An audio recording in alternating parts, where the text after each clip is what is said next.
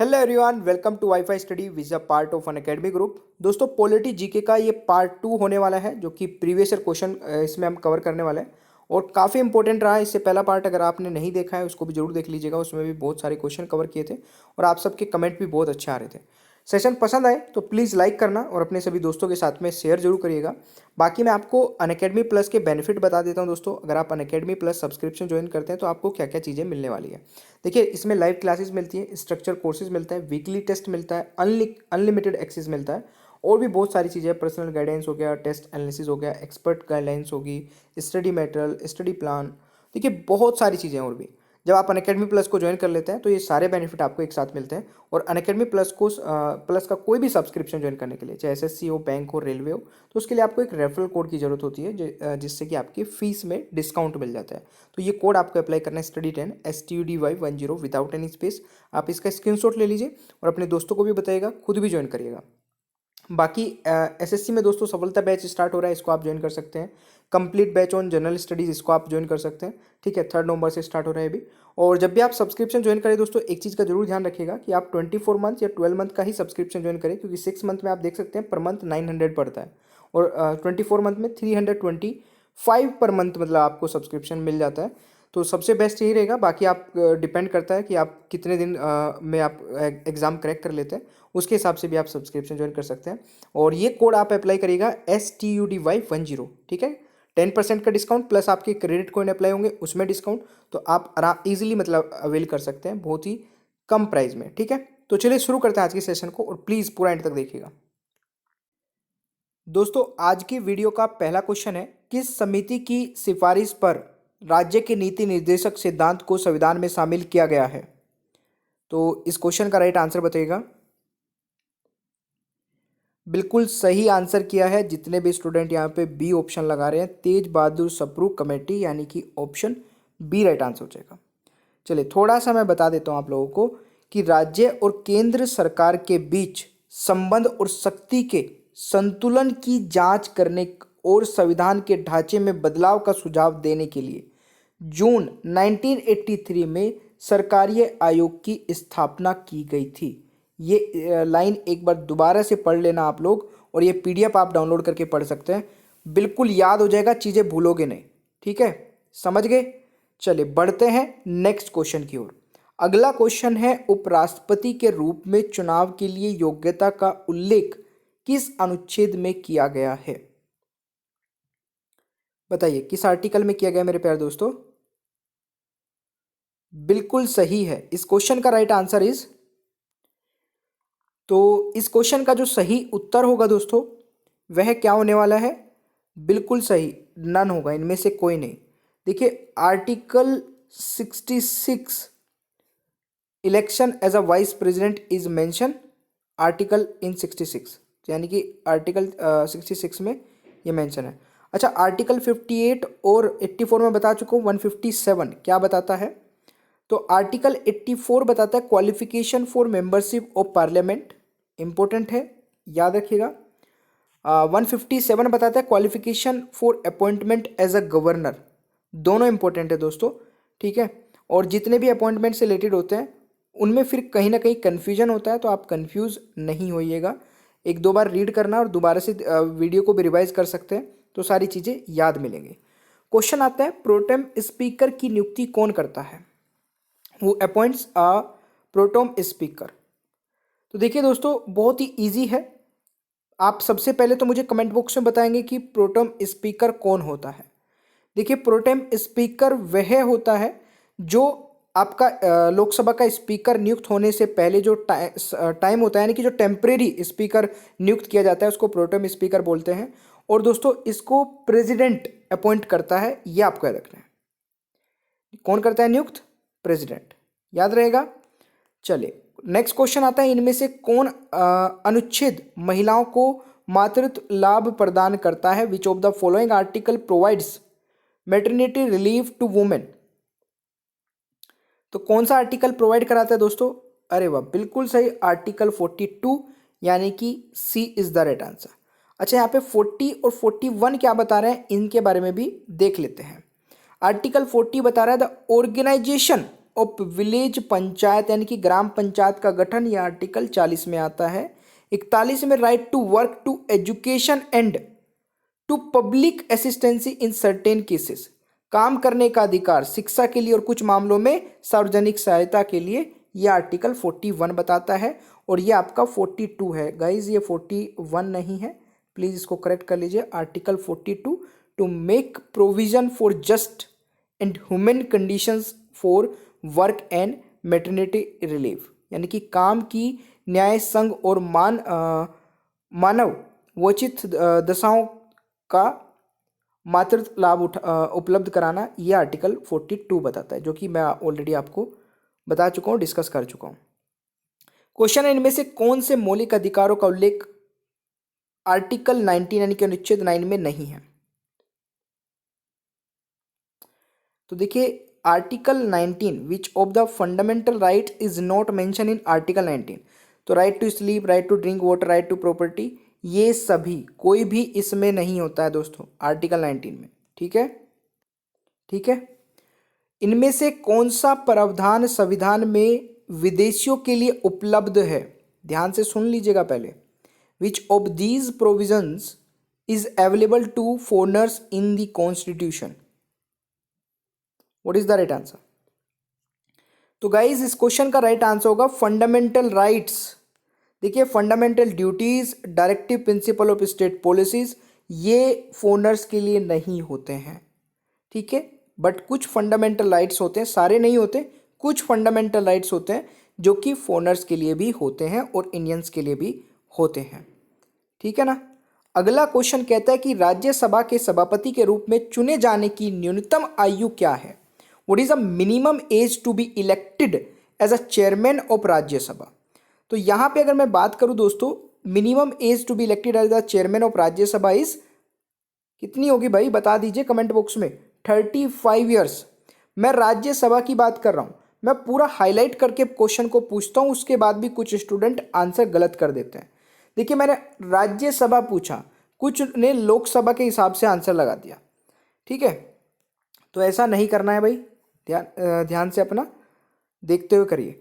Question आता है, निम्नलिखित में से कौन संघ सूची से संबंधित है? Which of the following is related to the union list? तो देखिए यूनियन लिस्ट आपको पता है, यूनियन लिस्ट, स्टेट लिस्ट और कॉन्करेंट लिस्ट, इनमें कौन कौन से मैटर आते हैं? स्टेट लिस्ट में राज्य से संबंधित, यूनियन लिस्ट में सेंटर से संबंधित, और कॉन्करेंट लिस्ट में दोनों यानी कि स्टेट और राज्यों से संबंधित मामले आते हैं। अब यहाँ पे इन में पूछा गया कि इनमें से कौन सी यूनियन लिस्ट से संबंधित है? तो देखिए प्राइस कंट्रोल ये नहीं है, कारखाना फैक्ट्रीज यानी कि ये नहीं है, बिजली इलेक्ट्रिसिटी बिल्कुल भी नहीं है। तो ये बचा कौन सा? जनगणना यानी कि सेंसस। तो जो सेंसस होता है, जनगणना होती है दोस्तों, उसको सेंट्रल गवर्नमेंट कराती है। तो ये यूनियन लिस्ट का मैटर है। ठीक है,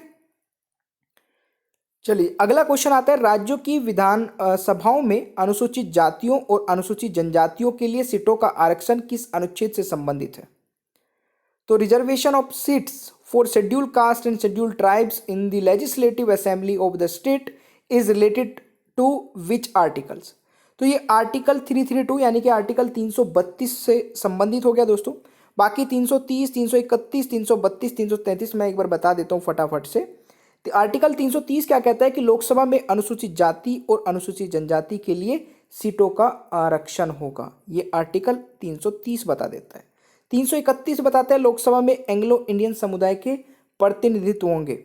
ठीक है, आर्टिकल 332 बताता है, जैसे कि मैं अभी बता चुका हूँ, राज्यों की विधानसभाओं में अनुसूचित जाति और अनुसूचित जनजाति के लिए सीटें आरक्षण में होगी, ये आर्टिकल 332 बताता है। 333 बताता है राज्यों की विधानसभाओं में एंग्लो इंडियन समुदाय का प्रतिनिधित्व होगा, ये आपका 333 हो जाएगा। ठीक है, चलिए अब आ जाते हैं हम नेक्स्ट क्वेश्चन पे। 2019 में पीएमसी बैंक खबरों में रहा था। पीएमसी बैंक संविधान की किस सूची से संबंधित है? पीएमसी बैंक का मतलब है दोस्तों Punjab and Maharashtra cooperative bank limited, और इस क्वेश्चन का सही आंसर हो जाएगा, ये आएगा आपका स्टेट लिस्ट में। थोड़ा सा बता देता हूँ, पंजाब एंड महाराष्ट्र को कोऑपरेटिव बैंक लिमिटेड, जिसे पीएमसी बैंक भी कहा जाता है, एक multi state co operative bank है। ठीक है, ये एक कोऑपरेटिव बैंक है जिसने 1983 में परिचालन शुरू किया गया था, यानी कि इसकी जो स्थापना है वो 1983 से है। ओके गाइस, नेक्स्ट है निम्न में से कौन सा सही है, which of the following is correct. तो यहाँ पे अगर मैं बात करूँ दोस्तों, इनमें से कौन सा सही है, तो आर्टिकल 352 प्रोक्लेमेशन ऑफ इमरजेंसी बिल्कुल सही है। Article 53 provision in case of the failure of the constitution machinery in state. Article 360 दोस्तों provision as to be financial emergency. तो यहाँ पे ये सभी सही है भाई, ठीक है। आर्टिकल डी हो जाएगा सही उत्तर। अगला क्वेश्चन है निम्नलिखित में से कौन सा सही नहीं है, which of the following is not correct. तो इनमें से अगर मैं बात करूं दोस्तों, first Indian to join the ICS, यहां पे ऑप्शन दिया गया है सुरेंद्र नाथ टैगोर, और क्या पूछा है कि कौन सा सही नहीं है। तो गाइज यहाँ पे बहुत ही अच्छा क्वेश्चन है कि कौन इनमें से विच of the following is not correct. तो आईसीएस में शामिल होने वाला पहला भारतीय सुरेंद्र नाथ टैगोर जी नहीं थे। कौन थे दोस्तों, श्री रविंद्रनाथ सॉरी श्री सत्येंद्र नाथ टैगोर जी थे, ठीक है। तो मैं लिख देता हूं, श्री सत्येंद्र नाथ टैगोर, ठीक है, ये आपको याद रखना है। ऑलराइट, चलिए भाई अगले क्वेश्चन पे आ जाते हैं। निम्नलिखित में से कौन सबसे युवा राष्ट्रपति थे, बताइए। विच of the following was the youngest president. तो यंगेस्ट प्रेसिडेंट दोस्तों कौन थे, नीलम संजीव रेड्डी। नीलम संजीव रेड्डी ये यंगेस्ट प्राइम मिनिस्टर थे। अगर इनके बारे में बात करूं तो नीलम संजीव रेड्डी सीधे लोकसभा स्पीकर पद से चुने गए और सबसे युवा राष्ट्रपति बने और 2 बार राष्ट्रपति पद के लिए चुनाव लड़े थे ये आपको याद रखना है। क्वेश्चन है भारत के द्वितीय दलित राष्ट्रपति कौन थे। पहले भी बताना है आप लोगों को कौन थे और द्वितीय भी बताना है। तो भारत के द्वितीय दलित राष्ट्रपति दोस्तों अभी हमारे जो देश के राष्ट्रपति है रामनाथ कोविंद जी, ये हैं। पहले कौन थे, तो पहले थे दोस्तों KR नारायण, भारत के पहले दलित राष्ट्रपति और देश के सर्वोच्च पद को प्राप्त करने वाले मलयाली व्यक्ति थे। ये भी आपको याद रखना है, कई बार एग्जाम में आ जाता है भाई। क्वेश्चन आता है लोक लेखा समिति अपनी रिपोर्ट प्रस्तुत करती है, तो the public accounts committee submits its report to, तो ये स्पीकर ऑफ द लोकसभा के अध्यक्ष को अपनी रिपोर्ट सबमिट करते हैं, यानी कि यहाँ पे राइट आंसर हो जाएगा आपका बी राइट आंसर, ठीक है। थोड़ा सा और मैं बता देता हूँ दोस्तों, समिति का अध्यक्ष लोकसभा अध्यक्ष द्वारा नियुक्त किया जाता है और यह समिति लोकसभा के स्पीकर को अपनी रिपोर्ट सौंपती है, ठीक है। क्वेश्चन है ऑपरेशन ब्लू स्टार के दौरान भारत के राष्ट्रपति कौन थे। Answer is who was the president of India during operation blue star. तो इस क्वेश्चन का सही आंसर क्या हो जाएगा, ज्ञानी जेल सिंह। दोस्तों ज्ञानी जेल सिंह, देखिए ज्ञानी जेल सिंह के समय में क्या क्या हुआ एक बार ध्यान से नोट करिएगा। ज्ञानी जेल सिंह के कार्यकाल के दौरान कई घटनाएं हुई, जैसे कि operation blue star, Indira Gandhi की हत्या, 1984 के सिख विरोधी दंगे, ये सभी दोस्तों ज्ञानी जेल सिंह के समय में हुई है। क्वेश्चन आता है भारत के राष्ट्रपति का इस्तीफा कौन स्वीकार करेगा। Who will accept the resignation of president of India. तो बता दीजिए इस क्वेश्चन का सही उत्तर क्या होगा। मेरे प्यारे दोस्तों इस क्वेश्चन का राइट आंसर हो जाएगा वाइस प्रेसिडेंट, ठीक है, उपराष्ट्रपति। और इसके बारे में अगर मैं थोड़ा और बताऊं आप लोगों को, भारतीय संविधान का अनुच्छेद 56 यह स्पष्ट करता है कि राष्ट्रपति का पद उस स्थिति से 5 वर्ष तक का है जिस दिन वह कार्यकाल में प्रवेश करता है, ठीक है। उनका कार्यकाल पहले समाप्त हो सकता है, ये भी चीज आपको याद रखनी है, ठीक है। चलिए नेक्स्ट, तो गाइज राइट आंसर हो जाएगा वीवी गिरी। भारत के पहले कार्यवाहक राष्ट्रपति कौन थे, वीवी गिरी, ठीक है ना। और थोड़ा सा और मैं बता देता हूँ कि वीवी गिरी जो है दोस्तों, ये डॉक्टर जाकिर हुसैन की मृत्यु के बाद वीवी गिरी भारत के पहले कार्यवाहक राष्ट्रपति थे, है ना, तो याद रखिएगा। And the next is NITI Aayog के अध्यक्ष अपना इस्तीफा किसे सौंपते हैं। तो the chairman of NITI Aayog submit his resignation to whom. तो इस क्वेश्चन का दोस्तों सही आंसर क्या हो जाएगा, बिल्कुल सही आपने लगाया है, president is the right answer. तो नीति आयोग के अध्यक्ष अपना इस्तीफा किसे सौंपते हैं? प्रेसिडेंट को सौंपते हैं। ऑलराइट, तो देखिए यार प्लीज़ आप लोग लाइक नहीं करते हो तो लाइक जरूर कर दिया करें, ठीक है। चलिए नेक्स्ट। और देखिए गाइज, एक बहुत ही अच्छा फीचर जो कि अनअकैडमी पर आपको मिल जाता है, जहाँ पे आप रिपोर्ट कर सकते हैं कोई भी inappropriate content in the video. मतलब वीडियो में आपको कुछ भी ऐसा लगता है जो कि स्टडी से रिलेटेड नहीं था, तो आप उसको रिपोर्ट करके अपना प्राइज़ विन कर सकते हैं, ठीक है। नीचे ही डिस्क्रिप्शन बॉक्स में आपको एक फॉर्म मिल जाएगा जिसमें आप ये चीज़ें भेज के, और जो सबसे पहले भेजेगा उसको प्राइज़ मिलेगा, ठीक है। बाकी thank you so much guys, channel को सब्सक्राइब कर लीजिएगा, पीडीएफ भी आप डाउनलोड कर सकते हैं, बेल आइकन को ऑन रखिए और वीडियो को लाइक और शेयर करना भूलिएगा मत, ठीक है। और देखिए अनअकैडमी पर मेरी 2 स्पेशल क्लासेस हो रही है, इसके बारे में मैं बता देता हूँ। एक तो दिन में होती है दोस्तों 2:30 बजे, ठीक है, और एक होती है रात को 11 बजे। दोनों ही इंपॉर्टेंट है, और दोनों क्लासेस को आप कैसे देख पाओगे? नीचे डिस्क्रिप्शन बॉक्स में मेरी प्रोफाइल का लिंक आपको मिल जाएगा, अनअकैडमी प्रोफाइल का लिंक, उस पर क्लिक करना है, फॉलो कर लेना है, और फॉलो करते ही आपके पास नोटिफिकेशंस आने स्टार्ट हो जाएंगे, ठीक है। तो चलिए मिलते हैं नेक्स्ट क्लास में। Thank you so much.